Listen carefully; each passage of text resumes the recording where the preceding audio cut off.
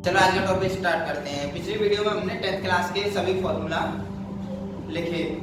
अब आज से हम स्टार्ट करेंगे 10th क्लास का मैथ। 10th क्लास का मैथ स्टार्ट करने से पहले यदि आप नए हैं तो मेरे चैनल को प्लीज सब्सक्राइब करें और बेल आइकन को ऑन करें ताकि आगे आने वाली सारी वीडियो की इंफॉर्मेशन आपको मिलती रहे। तो चलो स्टार्ट करते हैं मैथ चैप्टर बाई चैप्टर। तो मैथ स्टार्ट करते हैं। 10th क्लास के मैथ का पहला चैप्टर है रियल नंबर यानी वास्तविक संख्याएं। वास्तविक चैप्टर स्टार्ट करने से पहले हम ये जान लें कि वास्तविक संख्या होती क्या है, ये किसका पार्ट होता है, इसके कौन कौन से पार्ट होते हैं। तो हम स्टार्ट करते हैं कि संख्या पद्धति हमारी कहाँ से स्टार्ट होती है और कहाँ तक लास्ट होती है। तो सबसे पहले संख्या पद्धति की सबसे पहली संख्या होती है सम्मिश्र संख्या। सम्मिश्र संख्या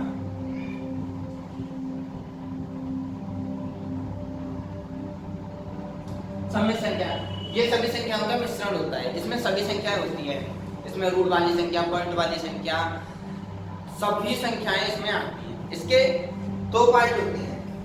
पहला पार्ट होता है इसका वास्तविक संख्या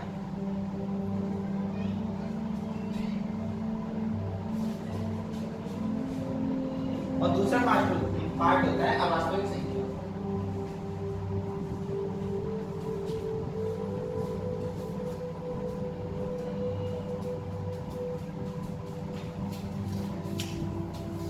हमारी वास्तविक संख्या होती है जिन संख्याओं के बारे में हमें पता होता है, जैसे कि -4, 0, √2, 5।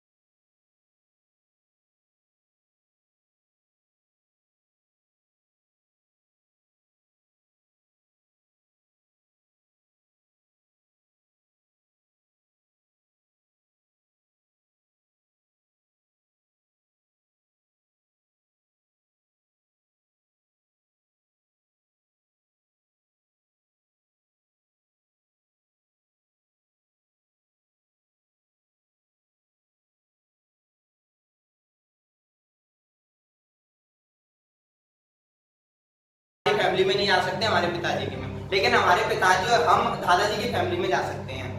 तो वही अंतर होता है इनमें, पूर्णांक और पूर्ण संख्याओं में। प्रत्येक पूर्ण संख्या पूर्णांक होती है, लेकिन प्रत्येक पूर्णांक पूर्ण संख्या नहीं होती है। जैसे हम दो और हमारे दो दादाजी के साथ हैं, लेकिन दादाजी हम दो और हमारे दो के साथ नहीं है। इसी तरीके से प्रत्येक पूर्ण संख्या पूर्णांक होती है और प्रत्येक पूर्णांक पूर्ण संख्या नहीं होती है। तो हमारी ऋणात्मक संख्या जैसे -1, -5, -8 ये हमारी हो गई ऋणात्मक, और पूर्ण संख्या हो गई हमारे 0 से लेकर प्लस के अनंत तक की सभी संख्या हमारी पूर्ण संख्या कहलाती है। ऋणात्मक संख्या वो होती है, रिपीट कर रहा हूँ, ऋणात्मक संख्या वे संख्या होती हैं जिनमें सभी भी माइनस की संख्याएं होती हैं। -1 से लेकर माइनस के अनंत तक की सभी संख्या ऋणात्मक संख्या होती हैं। उसके बाद में आते हैं हमारे पूर्ण संख्या। पूर्ण संख्या वे संख्या होती हैं यहाँ जिन्हें हम 0 से स्टार्ट करते हैं और प्लस के अनंत तक ले जाते हैं। अब यहाँ पे देखते हैं ऋणात्मक संख्या हमारी यहीं पर रह जाती है। अब आते हैं हमारे पूर्ण संख्या के पार्ट।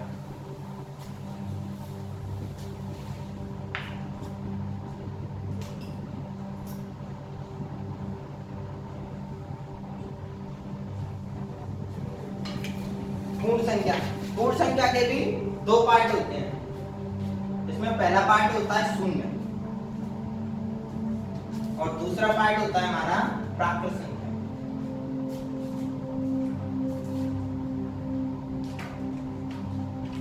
प्राकृत संख्या इसे हम प्राकृतिक संख्या भी कहते हैं। तो यहाँ पे देखें शून्य क्या होता है। जैसे हमें कोई बाहर से आए, हमारे रिश्तेदार, दूर के रिश्तेदार है, हर कोई रिश्तेदार आपके घर पे आता है तो आपके बारे में यही पूछता है कि बेटा क्या कर रहे हो, क्या पढ़ रहे हो। तो आपने बता दिया कि हम 10th क्लास में हैं, और आपसे पूछा जाए कि अच्छा आप 10th क्लास में हो तो एक सवाल का जवाब दो, तो आप तो 10th क्लास में आ जाते तो हमें ऐसी फीलिंग होती है कि हम सबसे दुनिया से सबसे ज्यादा होशियार हैं। तो उसके बाद में उसने यही पूछ लिया कि बेटा शून्य क्या होता है, तो आप क्या जवाब दोगे कि शून्य क्या होता है। तो शून्य की परिभाषा क्या है, अगर आप नहीं बोल पाए तो घर वाले ये बोलेंगे क्या पढ़ रहा है, 10th क्लास में आ गया और ये नहीं पता कि शून्य क्या होती है, शून्य के बारे में भी नहीं पता है। शून्य जैसे 0, तो शून्य की परिभाषा होती है यह संख्याओं का शुरुआती अंक होता है, यह धनात्मक तथा ऋणात्मक संख्याओं के बीच का अंक होता है। इसके दाईं तरफ संख्या बढ़ती है तथा बाईं तरफ संख्या घटती है। ये अंक ना तो ऋणात्मक होता है ना धनात्मक होता है, बल्कि यदि इसे किसी धनात्मक या ऋणात्मक अंक के साथ जोड़ दिया जाए तो इसका ये अपना रूप बदल लेता है।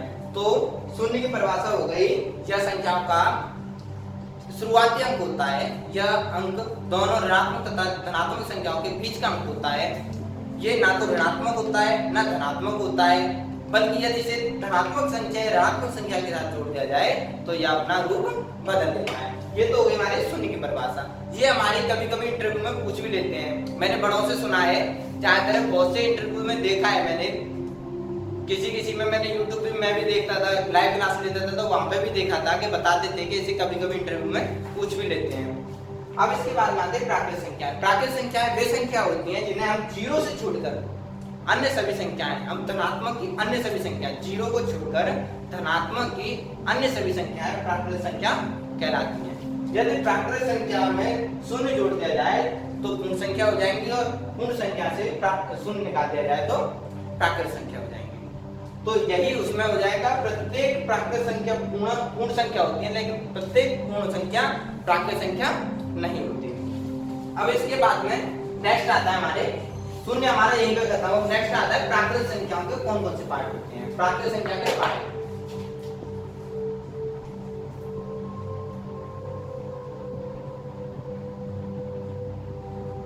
प्राकृत संख्या, इसका पहला पार्ट होता है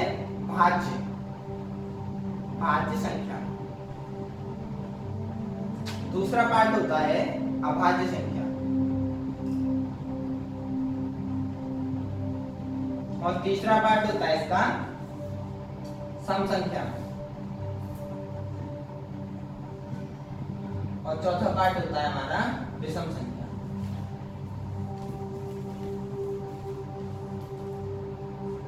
तो हम स्टार्ट करेंगे पहले भाज्य संख्या। भाज्य संख्या कौन कौन सी होती हैं?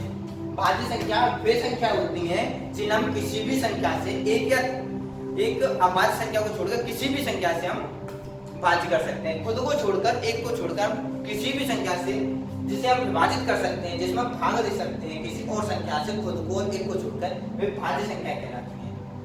जैसे हमारा 4, हम इसे 4 से भी भाग दे सकते हैं, 1 से भी भाग दे सकते हैं और 2 से भी भाग दे सकते हैं। इसके बाद में आती है 6 को हम 6 से दे सकते हैं, 3 से दे सकते हैं और 2 से दे सकते हैं और उसके साथ 1 से भी दे सकते हैं। 8 आ गई हमारी, 8 को 8 से दे सकते हैं, 4 से दे सकते हैं, 2 से दे सकते हैं और 1 से दे सकते हैं। तो वे संख्याएं जो खुद और एक को छोड़कर किसी और संख्या से विभाजित हो जाए, वे भाज्य संख्याएं कहलाती हैं। उसके बाद में आती है अभाज्य संख्याएं। वे संख्याएं जो सिर्फ खुद से और एक से विभाजित हो, जैसे हमारी 2, ये खुद से 2 के अलावा सिर्फ 1 से विभाजित होगी, उसके अलावा किसी और से नहीं होगी। 3, 5, 7, 11 ये संख्याएं जो खुद से विभाजित होंगी, किसी और से नहीं होंगी। ठीक है। इसके बाद में आती है सम संख्याएं। सम संख्याएं वे संख्याएं जो 2 से विभाजित हो जाएं, जैसे 2, 4, 6, 8, 10 ये संख्याएं जो 2 से विभाजित हो सकती हैं। तो वे संख्याएं जो 2 से विभाजित हो जाएं सम संख्या कहलाती है। अब नेक्स्ट है विषम संख्या। विषम संख्या वे संख्या होती हैं जो 2 से विभाजित नहीं होती हैं, जैसे 1, 3, 5, 7, 9, 11 ये संख्याएं कभी 2 से विभाजित नहीं होती हैं। तो हम स्टार्ट करते हैं, फिर रिपीट करता हूं इसका कि भाज्य संख्या। भाज्य संख्या वे संख्या होती हैं जो खुद और एक के अलावा किसी और संख्या से विभाजित हो जाए, भाज्य संख्याएं कहलाती हैं। अभाज्य संख्याएं वे संख्याएं जो खुद और एक के अलावा किसी और संख्या से विभाजित नहीं हो, वे संख्या अभाज्य संख्या कहलाती है। अभाज्य संख्या ऐसी संख्या होती है जो किसी भी संख्या को भाज्य करती है। नंबर 3 पर आता है सम संख्या। सम संख्या वे संख्या होती हैं जो 2 से विभाजित हो जाएं। नंबर 4 पर आता है विषम संख्या। ऐसी संख्याएं जो 2 से कभी विभाजित ना हो, वे विषम संख्याएं कहलाती हैं। यहाँ पे एक और इम्पोर्टेंट चीज है कि 2 एक ऐसी समअभाज्य संख्या है जो खुद और एक से ही विभाजित होती है। तो यहाँ पर हो गई हमारी संख्या पद्धति कंप्लीट। तो आप ये तो समझ गए होंगे कि वास्तविक संख्या होती क्या है। ठीक है, तो हम स्टार्ट करेंगे वो एक्सरसाइज 1.1 उसका पहला सवाल। तो उसमें क्या है, जैसे हमने पहले बताया था कि फॉर्मूला के बाद में इंपॉर्टेंट चीज होती है उसकी भूमिका। ठीक है, तो इसमें दिया गया है, पहला क्वेश्चन है कि निम्नलिखित संख्याओं का एल्गोरिथम पद्धति द्वारा एचसीएफ ज्ञात कीजिए। तो एल्गोरिथम पद्धति क्या होती है, इसे क्या कहते हैं, एल्गोरिथम पद्धति को क्या कहते हैं? जैसे कोई भी एक धनात्मक संख्या है जिसे हम किसी अन्य धनात्मक संख्या से इस प्रकार विभाजित करते हैं कि उसका जो शेष बचे, जो शेष r बचे वो b से छोटा होना चाहिए, और यही प्रक्रिया बार बार चलती रहे। कुछ न विद्वान से जिसकी भूमिका में दिया गया है, कुछ विद्वान से बड़ी विधि मानते हैं, लेकिन ये सबसे सिंपल और सरल विधि है। तो हम ऐसे अब याद करेंगे, यानी मासा एक्सरसाइज 1.1 का पहला क्वेश्चन। पहला क्वेश्चन है हमारा कि एल्गोरिथम विधि द्वारा एचसीएफ ज्ञात करो। तो पहले क्वेश्चन का फर्स्ट है हमारा 135 और 225। तो हमें सिंपल चीज है कि विभाजित करने के लिए छोटी संख्या का बड़ी संख्या में भाग देना पड़ेगा। तो मैं इसकी एक साधारण विधि यहाँ पे बताऊंगा फॉर्मूला के बेस पे, और इसे सरल करने के लिए एक सिंपल सी विधि बताऊंगा, उसके आधार पर हम इसे यहाँ पे रख सकते हैं। तो जैसे हमारा दिया गया उसमें फॉर्मूला की विधि थे a equal to q bq plus r। यहाँ पे q हमारी कोई भी संख्या हो सकती है, यहाँ पे 2 भी हो सकती है, 3 भी हो सकती है, 4 भी हो सकती है। ठीक है, तो हम सिंपल विधि लेके चलेंगे। तो 135 लेस देन 225, हमारी 135 225 से बड़ी है, तो हम उसी कंडीशन से रखेंगे 225 इसका टू बी है हमारी 135, ये हो गई हमारी ए और ये हो गई हमारी बी। मान के चलते हैं अब इनटू करिए। अब देखते हैं हम इसे, हम सिंपल तरीके से बताता हूं मैं। 135 डिवाइड कीजिए 225 में। अब इसका कितनी बार जाएगा? एक बार ही जाएगा, दो बार तो ज्यादा हो जाएगा, 270 हो जाएगा। एक बार 135, ये 0, 12 में से 3 गए तो 9, ये 90, ये बची हमारी शेष। तो कितनी बार जा रहा है? 1। तो ये मान के चलेंगे इसका क्यू प्लस जो आर है, जो हमारी शेष है उसे हम प्लस करके लिख देंगे। अब जो हमारी शेष बचती है हमें उसी का हम डिवाइड करेंगे जो हमारी बी है। अब यहाँ पर हम इसे मान के चलेंगे ए और इसे मान के चलेंगे बी। तो ये हमारा होगा 135 ग्रेटर देन 90। तो हम यहाँ पे देखेंगे ये प्रक्रिया जब तक चलती रहेगी कि जब तक हमारी शेष 0 नहीं आ जाए।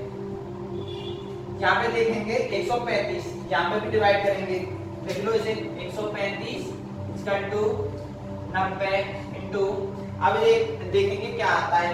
इसमें भी एक ही बार जाएगा 90, कितने बच्चे 5, फिर में 9 गए तो 4, तो एक बार गया प्लस 45। यहाँ पे हो गए हमारे 90 और 45। अब ये ए और ये बी 90 ग्रेटर देन 45। अब देखेंगे हम 90 इसका 2 45 इंटू, अब क्या आएगा 45 में का 90 में 2 बार 90, शेष कितनी बची? एक भी नहीं। तो यहाँ पे हो गया 2 प्लस 0। तो यहाँ पे देखेंगे यहाँ पर अंतिम 0 आ गए।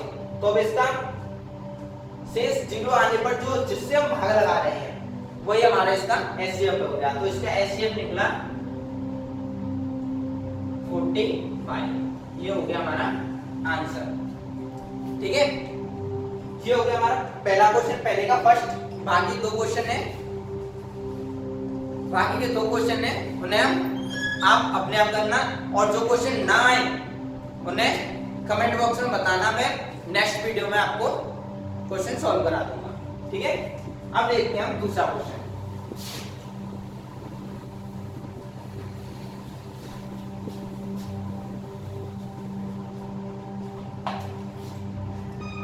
दूसरा क्वेश्चन है हमें कि दर्शाइए कि कोई भी धनात्मक विषम पूर्णांक 6q + 1 या 6q + 3 या 6q + 5 के रूप में होता है यदि q कोई पूर्णांक है।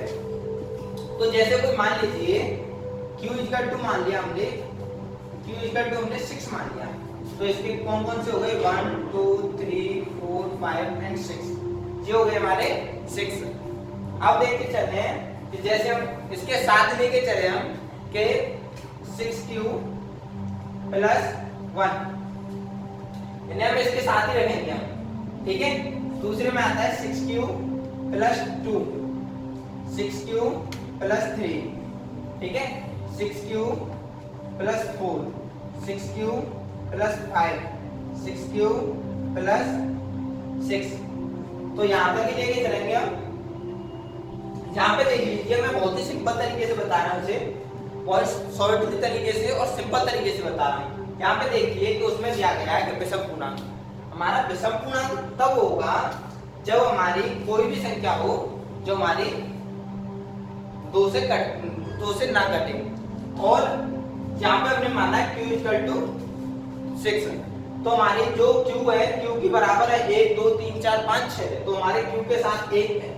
1 का मल्टीप्लाई कीजिए किसी भी विषम सम संख्या का, किसी भी विषम संख्या में गुणा कर लीजिए तो वो सम ही आएगा।